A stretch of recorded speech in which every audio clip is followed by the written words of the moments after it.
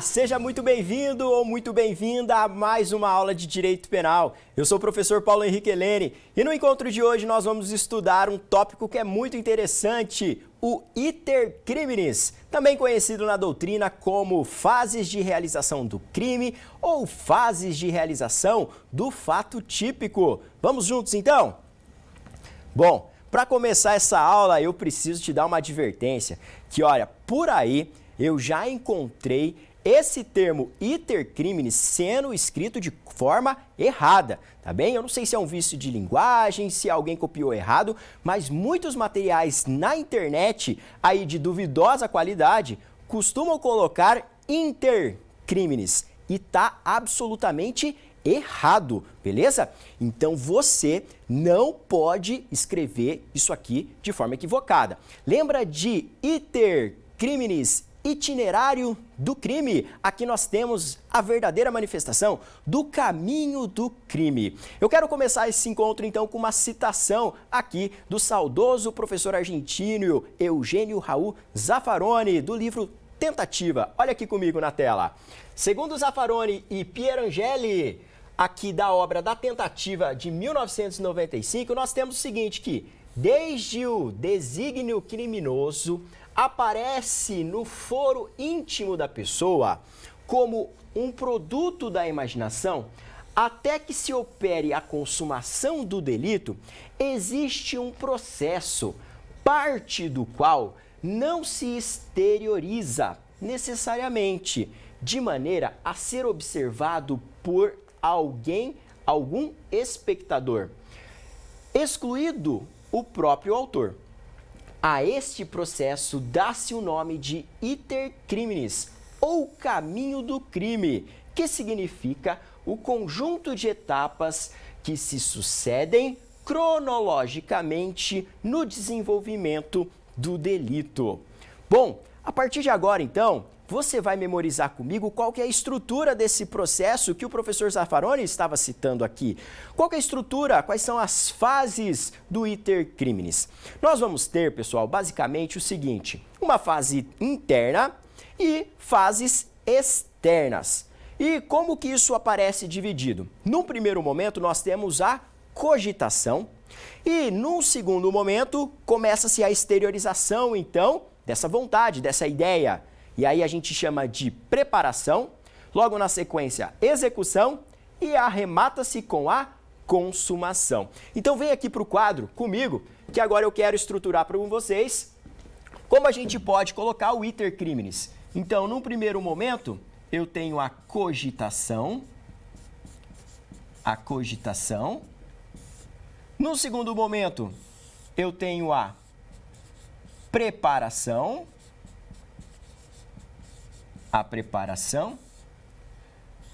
No terceiro momento, a execução.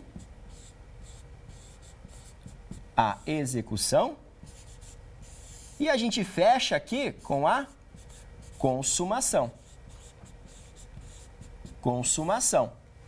Beleza? Lembrando que a doutrina chama a cogitação de fase interna.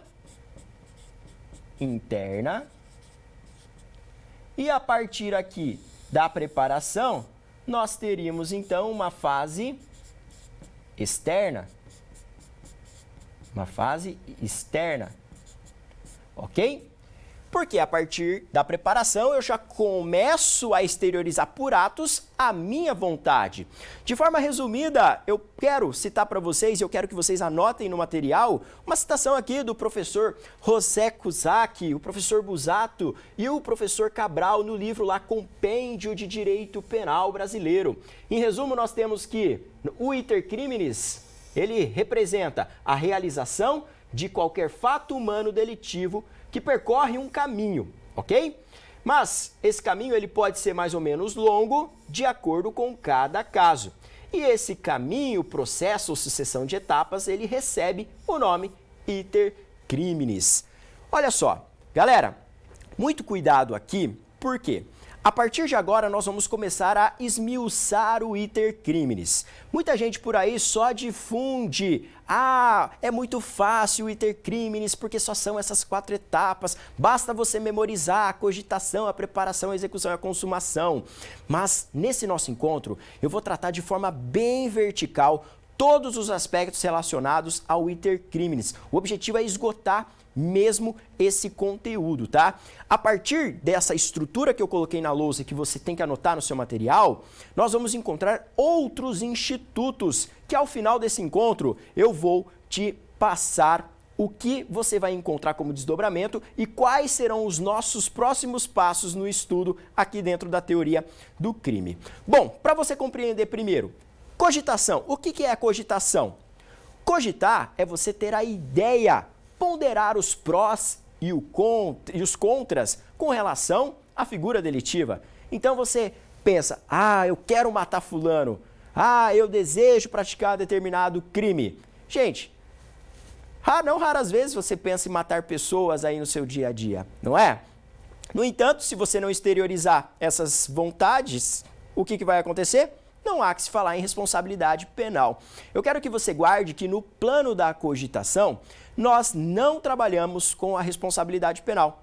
Até porque, de acordo com o professor Klaus Roxin, aqui eu não tenho uma exposição a perigo de qualquer bem jurídico, ok? Você já pensou em xingar alguém, certo? No trânsito, você às vezes está ali percorrendo um determinado caminho, cruza com uma pessoa, alguém te fez, você xinga mentalmente, entendeu? Mas você não chega a exteriorizar isso. E aí o que acontece? Não há que se falar em responsabilidade penal. Ah, eu tô com uma vontade de matar esse professor que me deu 0 na prova.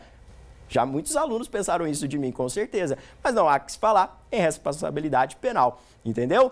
Então, no plano da cogitação, aqui não existe direito penal atuando com ênfase. Agora, a partir do momento que você começa a exteriorizar sua vontade por meio de atos, nós chegamos na preparação. E aí, a partir daqui, nós temos que tomar muito cuidado. Então, o que nós vamos fazer agora? Nós vamos desmembrar. Vamos verificar se na preparação há responsabilidade penal, como é que eu faço para diferenciar a preparação da execução e, além disso, vamos analisar a consumação. E ainda, ao final, eu quero tratar com vocês sobre uma outra questão que alguns autores costumam colocar aqui, que é o exaurimento, mas que predomina, que não faz parte do iter criminis. Vamos juntos então na tela aqui comigo. Confere então esse exemplo aqui do professor Damásio de Jesus, que é extremamente didático com relação ao iter criminis. Olha só, o agente com a intenção de matar a vítima, ele vai lá e cogita, depois ele adquire um revólver e se posta de emboscada à sua espera. Atos preparatórios. Atirando contra ela. Execução. E produzindo a morte. Consumação. Eu gosto muito de trazer esse exemplo aqui porque ele é extremamente didático e redondinho, né? Olha só, o agente vai lá, tem a ideia de praticar o crime. E aí depois, o que ele faz? Ele vai até ali a residência da vítima, se posta, fica aguardando com o revólver. Preparação. No momento que ela aparece, ele atira na vítima.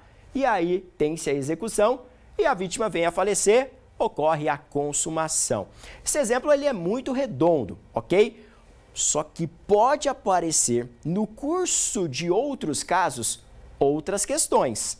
Pode ser que, por exemplo, ele atire e erre o alvo. E aí eu vou estar trabalhando com a tentativa, mas isso vai ser objeto de outros casos. Pode ser que o agente desista de prosseguir, tendo efetuado um disparo. Pode ser que o agente atire, resgate a vítima e leve até o hospital. E aí eu vou ter outra situação.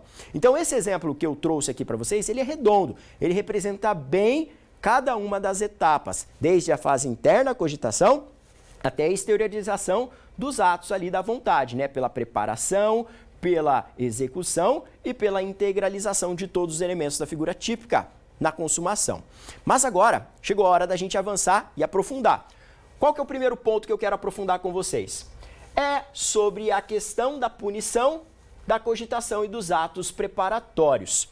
Como eu afirmei para vocês, cogitação é impunível.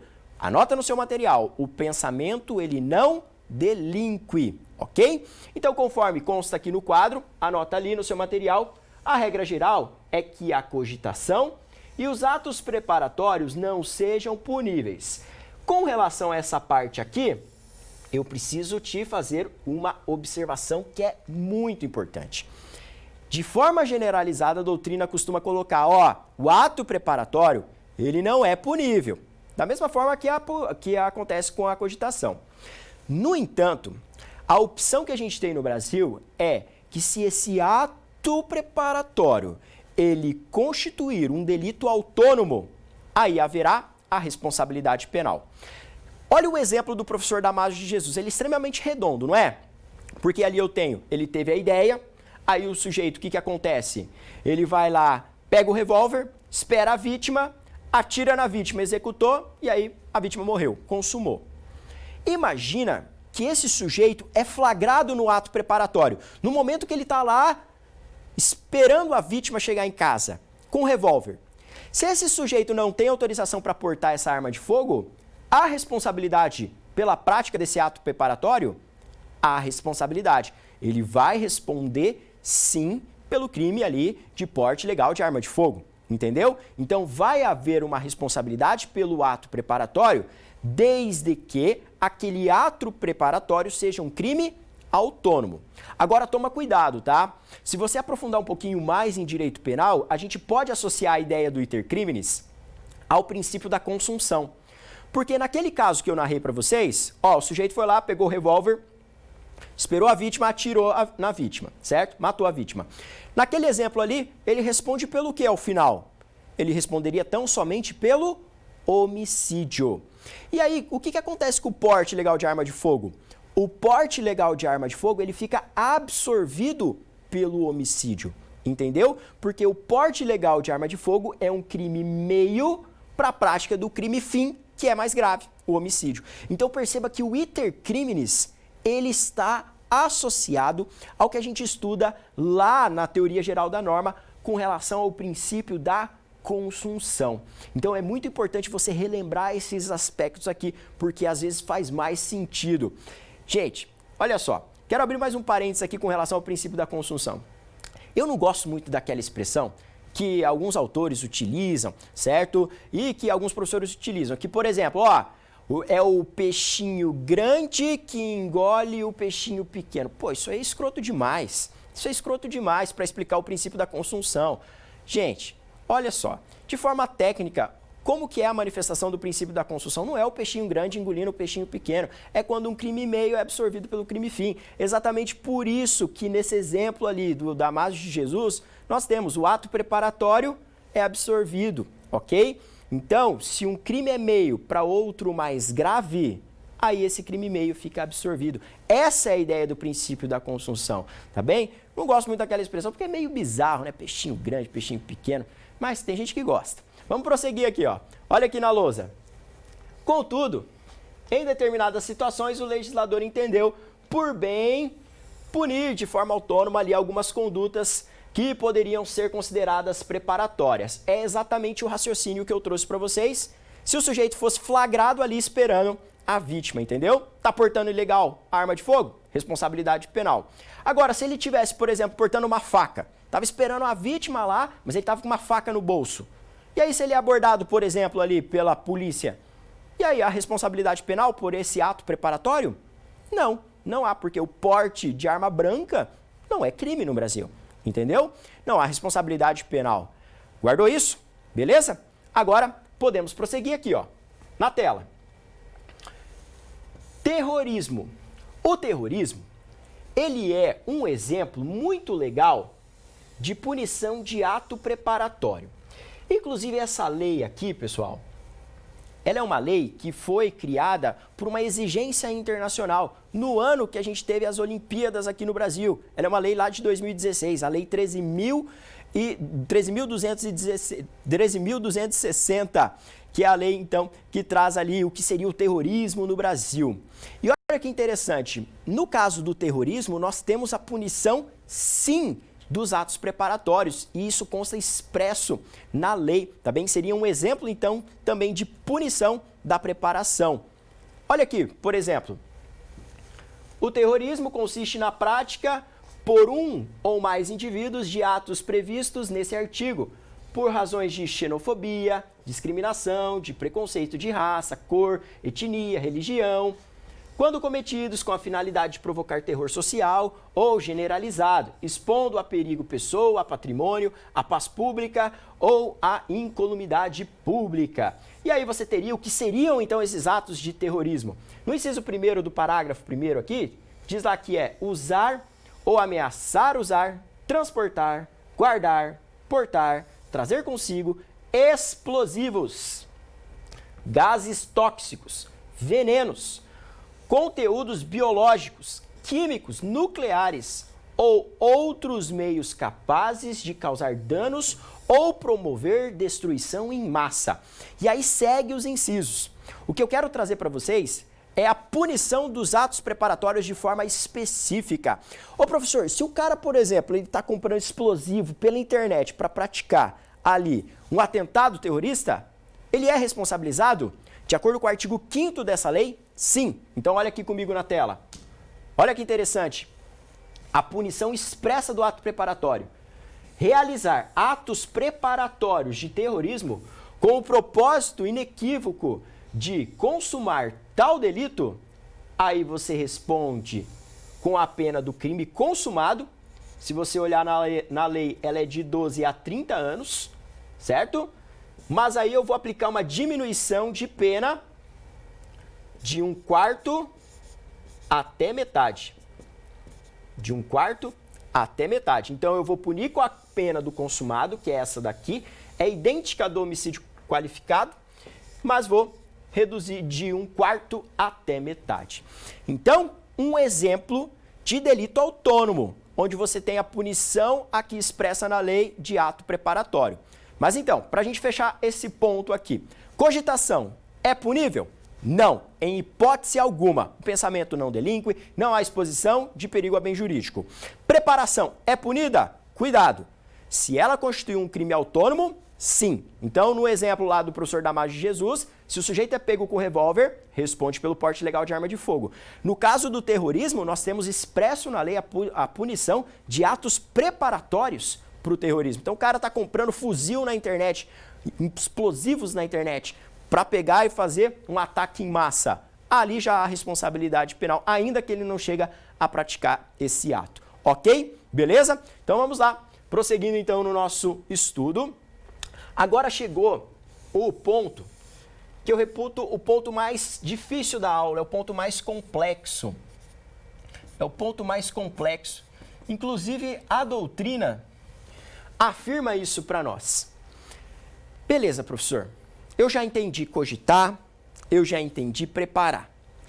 Agora, como é que eu vou diferenciar a preparação para a execução? Porque naquele exemplo que você me trouxe, estava tudo muito fácil. No exemplo didático do professor Damásio de Jesus, ali é muito fácil de você compreender. Só que isso você já sabe. Agora chegou a hora de você, como estudante aqui de Direito Penal, aprofundar seu estudo. Como é que você vai diferenciar em todo e qualquer caso a prática de preparação para a execução? Gente, predomina no Brasil a orientação de que, nós vamos ter a diferença entre preparação para a execução quando o sujeito começa a realizar o verbo do tipo penal, tá bem? Então, quando ele começa ali realmente a matar, então, quando ele pega e atira, certo? Ainda que não tenha atingido o alvo, isso aí já é um ato executório, igual eu trouxe no exemplo para vocês. Só que isso acaba sendo insuficiente em determinadas situações, como é o caso de um julgamento aqui do Superior Tribunal de Justiça que eu trouxe para vocês. A ementa desse julgamento é um pouco longa, só que ela é extremamente didática para você aprofundar seu estudo e compreender aqui de uma melhor maneira a diferenciação entre preparação e execução. Lembrando que na doutrina, alguns autores ainda falam que esse é um tema em aberto, então não é um tema que há um consenso uniforme, então eu vou te trazer a orientação majoritária e também a posição do STJ, que para fins práticos é muito importante, afinal de contas, é no STJ em que a gente tem a maior parte da resolução dos conflitos na instância superior, não é? E aí, esses ideais, esses cases que chegam lá no STJ servem de fundamentação para outros casos semelhantes. Então vamos compreender aqui Olha só, na ementa do julgamento, começa-se dizendo o seguinte ali, ó, que a distinção entre atos preparatórios e executórios é tormentosa e exige uma conjugação de critérios, tendo como ponto de partida a teoria objetivo-formal de Belling, que é um alemão, um jurista alemão bem antigo, associada a outros parâmetros subjetivos e objetivos, como a complementação sob a concepção natural proposta por Hans Frank, para que, consoante o tirocínio do julgador, seja possível definir se no caso concreto foram exteriorizados atos tão próximos ao início do tipo que, conforme o plano do autor, colocam em risco o bem jurídico tutelado. Nossa, professor, que linguajar difícil. Bom, isso aqui é um linguajar de um acórdão do STJ. Mas o que você tem que guardar ali de essência? Primeiro, eu quero te trazer o seguinte. O que quer dizer na tela aqui, ó, essa teoria objetivo-formal? O que é isso?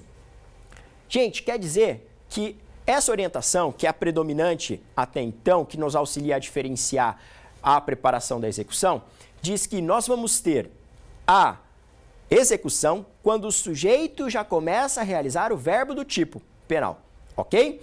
Então, é basicamente essa a ideia. No entanto, o STJ vai falar, ó, isso, infelizmente, não é suficiente para resolver todo e qualquer conflito. Já já você vai entender por que esse ponto aqui chegou no STJ. O caso é extremamente interessante. Mas ainda prosseguindo na parte teórica, o acórdão diz para nós que tal solução é necessária para se distinguir o começo da execução do crime, que aparece lá descrito no artigo 14, inciso 2º do Código Penal, onde você tem ali a tentativa, e o começo de execução da ação típica. Quando o agente penetra no verbo nuclear, sem dúvida pratica atos executórios. Então, penetrar no verbo no núcleo do tipo penal é a ideia da teoria citada anteriormente, que é o que a doutrina fala, certo? Isso aí, para a maioria da doutrina, é o critério que a gente vai utilizar para diferenciar a execução de preparação. E aí prossegue o tribunal afirmando que, no entanto, comportamentos pretéritos que, conforme o plano do autor, uma vez externados, evidenciem risco relevante ao bem jurídico tutelado, também caracterizam o início da execução. Olha o que o STJ está falando. Gente, pode ter algumas situações em que o agente não necessariamente pratica o verbo do tipo penal.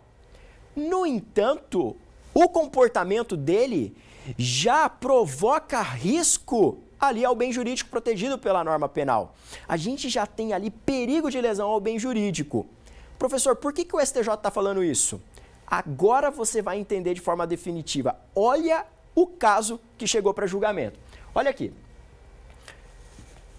Não houve violação do artigo 14, inciso 2º do Código Penal, pois os atos externados ultrapassaram meros atos de cogitação ou de preparação e expuseram a perigo real o bem jurídico protegido pela norma penal, inclusive com a execução da qualificadora do furto. Mas o que os caras fizeram? Olha aqui a história.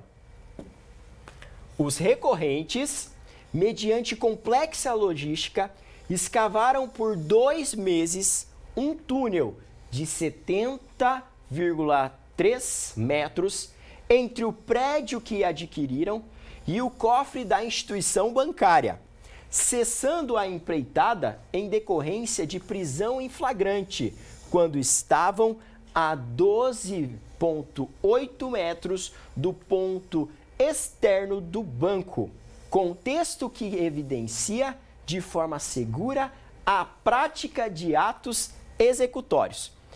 Meus amigos, o que os caras estavam fazendo? Olha só, eles pegaram, adquiriram o imóvel, começaram a cavar o imóvel, no intuito de cavar e chegar até o cofre da instituição bancária. Coisa de cinema, não é? E aí imagina, 2 meses de escavação. Isso aí acaba chamando atenção, né? Acaba chamando atenção. Imagina, né, quem era vizinho ali, certo? Aquela pessoa, né, aquela vovozinha ali que só fica de olho na janela vendo, meu Deus, mas como sai terra daquela casa, não é? E aí a polícia já estava interceptando, certo? Já estava ali um procedimento de investigação.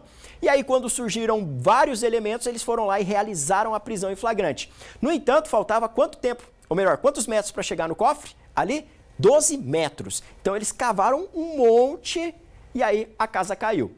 Beleza. Por que isso chegou no STJ? Qual que era a linha de raciocínio do advogado de defesa?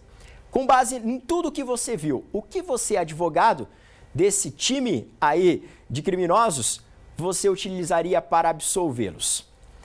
Gente, olha aqui comigo. Eles planejaram tudo, não planejaram? Planejaram, cogitaram. Claro, foi uma complexa logística. Então, houve um planejamento. Então, a primeira etapa do iter criminis, ok. Preparação, a escavação. O que seria realizar o verbo do tipo penal, pela teoria que a gente viu que tradicionalmente é adotada? Seria realmente aqui subtrair, meter a mão no dinheiro e sair, certo? Ali da instituição financeira. Porque saindo da instituição financeira, com aquele dinheiro, nós já teríamos a consumação do crime. A discussão nesse caso era diferenciar: a escavação era preparação ou a escavação era execução? Muita atenção aqui. Se eu disser que a escavação, nesse caso, é preparação, há responsabilidade penal? Não, entendeu? Se eu afirmar que, nesse caso, o fato deles estarem cavando ali não é ato executório, é só ato preparatório, gente, cavar um buraco não é crime no Brasil, não é um crime autônomo, entendeu? Logo, todo mundo deve ser absolvido. Só que o STJ falou o seguinte: diante de tudo que a gente viu, não basta a realização do verbo do tipo. Nós vamos ter também a prática de ato executório se, por exemplo, o sujeito já ostentar perigo ao bem jurídico protegido pela norma penal. E quando você já está próximo ali de chegar ao cofre, ao destino final, concorda que ali já existe perigo relevante ao bem jurídico protegido, patrimônio da instituição financeira? Sim. Portanto, os atos dele são executórios. Por via de consequência, o que acontece? Eles vão responder por tentativa, porque a tentativa é um instituto que aparece no curso da execução. Então, eu entrei na execução, só que por circunstâncias alheias à minha vontade, eu não consigo integralizar todos os elementos da figura típica. Então, perceba, o que aconteceu nesse caso? Eles estavam já na execução, então estavam lá cavando, o STJ entendeu que era execução aquele comportamento, e aí a polícia pegou, foram presos em flagrante, circunstâncias alheias à vontade. Todos então respondem pela tentativa do furto qualificado. Compreendeu essa discussão? Muito sofisticada, né? Bem interessante, um caso aí para você guardar no seu material, anotar e verificar que não basta tão somente a teoria lá, que fala teoria, objetivo formal, realização do verbo do tipo penal. O STJ também fala que se você já ostentar risco ao bem jurídico, aquilo já vai ser entendido como ato executório. Muito interessante esse raciocínio, não é? Entendeu? Vamos lá. Prosseguindo então no nosso conteúdo, agora nós vamos falar um pouquinho sobre o crime consumado, né? Que seria a última etapa do iter criminis. Gente, isso aí aparece expresso no Código Penal, notadamente lá no artigo 14. E o Código Penal, de forma bem simples, traz para nós a definição do que seria a consumação. Olha aqui comigo na tela. O Código Penal fala, artigo 14, disse o crime consumado, quando nele se reúnem todos os elementos de sua definição legal. No inciso 2º, aparece daí a tentativa, que a gente vai estudar na próxima aula. Que foi o caso, por exemplo, da responsabilização do exemplo ali que eu citei do STJ. Mas a doutrina, gente, vai dizer para nós o seguinte, que a consumação, ela não é um fenômeno que ocorre de forma uniforme em todos os crimes, porque existem classificações de crimes e você tem que cuidar. A depender da classificação daquele crime, o momento em que se opera a consumação é diferente, ok? Esse ponto classificação de crimes, aqui, abrindo um outro parênteses, você vai estudar e vai notar a importância dele quando estiver estudando a parte especial do Código Penal. Por exemplo, o homicídio ele é classificado como um crime material. Significa dizer, então, que para realizar a consumação de homicídio, eu tenho que ter a produção do resultado naturalístico, ou seja, a destruição da vida humana. Mudou o mundo, aí consumou, entendeu?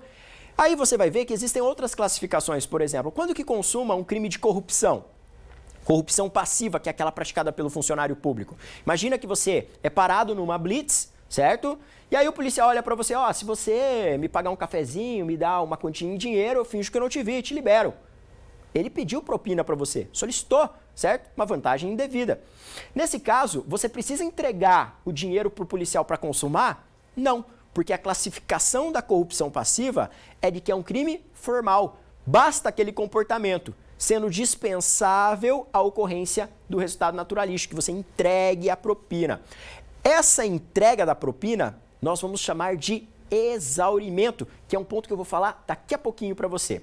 Então, vamos anotar aqui no seu material quais são os momentos das consumações que nós vamos encontrar a depender da classificação dos crimes. Olha aqui na lousa uma citação do professor Rogério Greco. No caso de crimes classificados como materiais e no caso de crimes culposos, quando que há a consumação? Quando se verifica a produção do resultado naturalístico. Ou seja, quando há modificação no mundo exterior. Exemplo, homicídio. Ah, professor, então crimes que são reconhecidos como crimes materiais, então eu tenho que ter a produção do resultado naturalístico para que haja consumação. Geralmente, quando você começa o estudo ali da parte especial do Código Penal, a maioria dos crimes eles são materiais, né? Porque você vai encontrar lá o quê? O homicídio, você vai ver que o aborto também é um crime material, tem que ter a destruição da vida intrauterina para você consumar o crime de aborto, o infanticídio e assim por diante, lesão corporal. Então, a maioria ali são crimes materiais. No entanto, um ou outro, você vai se deparar com outras classificações, certo? Crime culposo. Também eu preciso ter a produção do resultado naturalístico para que haja consumação, entendeu? Agora, e se for um crime omissivo próprio, omissão pura, por exemplo? Aí a gente tem a consumação com simplesmente a abstenção do comportamento imposto ao agente. Um exemplo, omissão de socorro. Basta o sujeito omitir o socorro, consumou o crime, certo? A omissão de socorro, outro exemplo aqui que aparece lá no Código de Trânsito Brasileiro. Você atropelou uma pessoa e aí você fala assim, meu Deus do céu, e foge, entendeu?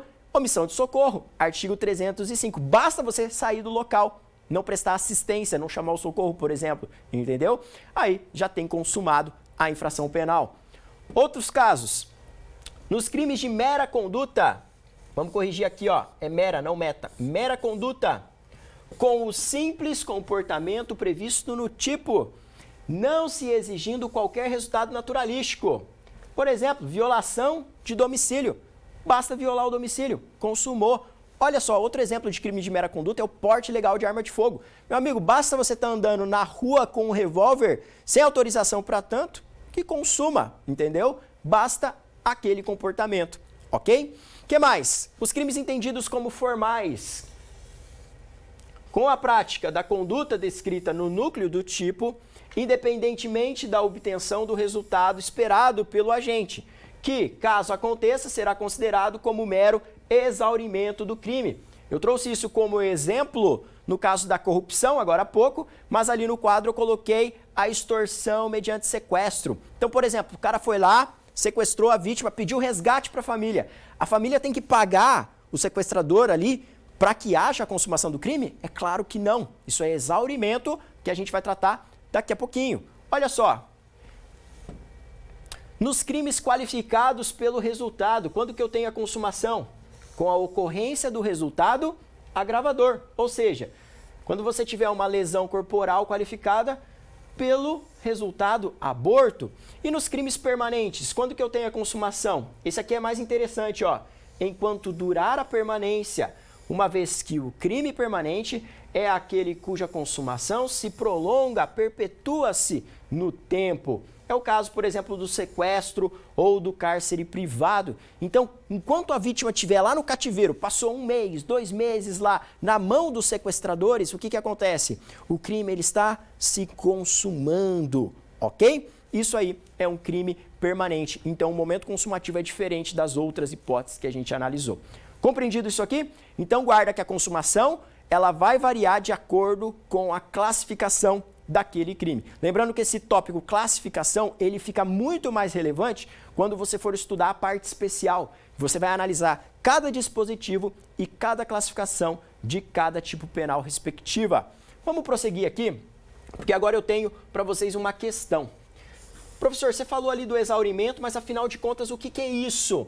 Você deu o exemplo ali de exaurimento no caso da corrupção passiva, né, entregar propina para o policial, ou no caso ali do sequestro, certo? Na extorsão mediante sequestro, da família entregar o resgate para o sequestrador.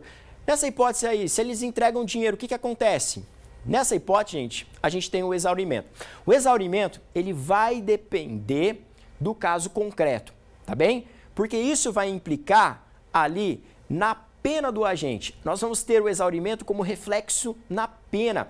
O juiz vai poder valorar esse exaurimento para fins de aumentar a pena eventualmente em algumas das fases da dosimetria da pena. Então tem que tomar cuidado. E aí eu quero que você confira aqui no quadro que anote no seu material, na doutrina prevalece que o exaurimento ele não faz parte do iter criminis, ele não seria lá a quinta etapa, mas ele pode influir, a depender do caso concreto, na fixação da pena base, olhando lá para as circunstâncias do artigo 59 do Código Penal, ou funcionar como qualificadora ou causa de aumento naquele crime. Como ocorre na corrupção passiva, por exemplo, e lá a gente tem uma causa de aumento, e no crime de resistência, o exaurimento ele vira uma qualificadora. Então tem que tomar cuidado. Os reflexos do exaurimento aparecem lá na teoria da pena, no momento da dosimetria da pena. O juiz pode considerar como consequências negativas do crime, circunstâncias negativas do crime, eventualmente pode considerar isso como causa de aumento, ou ainda como qualificadora, porque daí a gente tem a mudança da pena mínima e máxima em abstrato daquele tipo penal. Então as consequências vão refletir necessariamente lá na teoria da pena, de forma específica na dosimetria da pena. E aqui no quadro eu quero colocar esses dois exemplos que eu citei. Olha aqui na corrupção passiva, que é o exemplo, por exemplo, do policial corrupto. Então, quem solicita recebe para si ou para outrem, direto ou indiretamente, ainda que fora da função ou antes de assumi-la, mas em razão dela, vantagem indevida ou aceitar promessa de tal vantagem. Aí você tem essa pena aqui de 2 a 12 anos e multa. Mas o exaurimento é isso que aparece aqui, ó. Ó, a pena ela é aumentada de 1/3 se, em consequência da vantagem ou promessa, o funcionário retarda ou deixa de praticar qualquer ato de ofício ou praticar infringindo dever funcional. Então, é uma consequência ali da consumação, que o legislador fala, nessa hipótese, a gente vai aumentar a pena. Isso a gente pode chamar de exaurimento. E também o outro exemplo que eu trouxe ali para vocês é esse aqui, ó, da resistência. A resistência que está no artigo 329 do Código Penal, que é você opor-se à execução de ato legal mediante violência ou ameaça a funcionário competente para executá-lo ou a quem lhe esteja prestando auxílio. Nesse caso ali nós temos uma pena de detenção de 2 meses a 2 anos e o exaurimento aparece aqui, ó. E se, por exemplo, a resistência do agente impede que o funcionário público não consiga executar o ato, aí nós temos, então, uma qualificadora, que é a reclusão de 1 a 3 anos. Lembrando que, gente, aí uma dica de teoria da pena, se você ainda não estudou teoria da pena. Na teoria da pena tem diferença, tá? Causa de aumento são as frações que aparecem no Código Penal, igual a gente viu anteriormente. Qualificadora é uma circunstância que, se presente, aumenta a pena mínima e máxima. Perceba aqui no exemplo, olha aqui na tela. Na hipótese do caput, é 2 meses a 2 anos. Se é qualificado, daí a pena, ó, ela vai de 1 a 3 anos. Nesse caso aqui, esse exemplo é de exaurimento. Compreendido isso aqui? Fácil? Então, para a gente aqui já caminhar para a reta final desse nosso encontro, eu quero te apresentar um esquema que é muito interessante. Então, de forma resumida, nós vimos aqui o que? O iter criminis é composto pela cogitação, pela preparação, pela execução e pela consumação, correto? Então, isso aqui é a ideia do iter criminis. Acontece que, a partir de agora, nós vamos nos deparar com algumas situações específicas. Até então, nós estudamos que não há responsabilidade na cogitação, ato preparatório é punido se for delito autônomo, vimos como faz para diferenciar preparação de execução, e aí a gente até entrou num tópico ali onde que eu trabalhei um caso de tentativa. O que eu quero que você perceba e compreenda nesse exato momento? Que pode ser que você, entrando na execução, não consiga consumar o crime, integralizar os elementos da figura típica. E aí aparecem alguns institutos do Código Penal nesse meio do caminho, de forma específica, entre a execução e a consumação. Se, por exemplo, o sujeito atira, erra o alvo ou atinge o alvo, a vítima é socorrida e não morre, a gente tem a consumação de um crime de homicídio? Não, porque o homicídio exige a destruição da vida, não é? Tem que ter a ocorrência do resultado naturalístico, a modificação do mundo. Então não consumou. Mas o sujeito vai responder penalmente?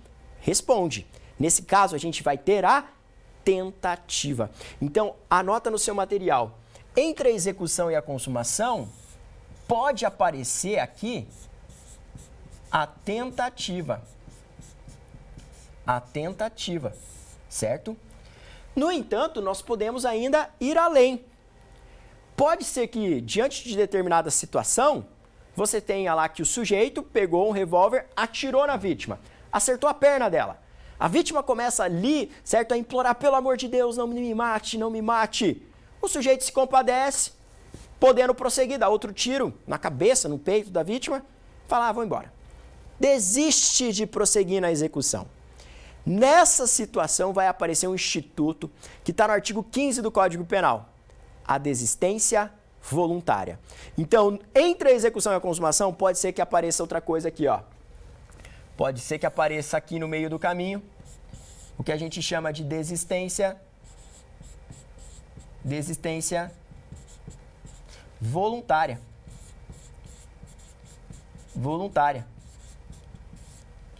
Ah, professor. E aí a consequência jurídica aqui vai ser diferente? Vai. E nesse caso a gente vai dedicar um encontro específico para a desistência voluntária. No entanto, o artigo 15 ainda traz outro instituto. Que pode ser que, por exemplo, imagina que a mulher está indignada com o marido, resolve matar o marido. E aí ela vai lá e dá veneno para o marido. O marido vai lá, então come a comida que estava envenenada, começa a passar mal. Ela se arrepende, vai lá e dá o antídoto para o marido. E o marido não morre. Então ela acaba provocando ali, executa, certo? Cessa a execução porque ela já envenenou o marido, mas ela se arrepende e aí fornece um antídoto, um medicamento para o marido. E o marido não morre. Nesse caso, nós não temos a consumação também. Aqui entra, anote aí no seu material, o que aparece no Código Penal como arrependimento eficaz. Eficaz. Arrependimento eficaz. Ok? Beleza? E ainda, se a gente for complementar esse esquema aqui, eu posso te afirmar que, em algumas situações, em alguns crimes, não são todos, mas se preenchidos as hipóteses lá, que estão elencadas no artigo 16 do Código Penal, imagina que o sujeito, então, vai lá, pratica um furto, subtrai o objeto, então, de determinada residência, e aí, saindo da residência, passa-se um dia, ele se arrepende e vai lá e restitui o bem. Ele vai lá, repara o dano ou restitui a coisa subtraída. Nesse caso aqui, gente, se preenchidos os requisitos do artigo 16 do Código Penal, a gente pode falar em arrependimento posterior, que é outro instituto que vem a beneficiar o agente aqui que praticou o crime. No entanto, o arrependimento posterior, ele ocorre depois da consumação. Então, depois da consumação, aí eu vou poder trabalhar com a ideia do arrependimento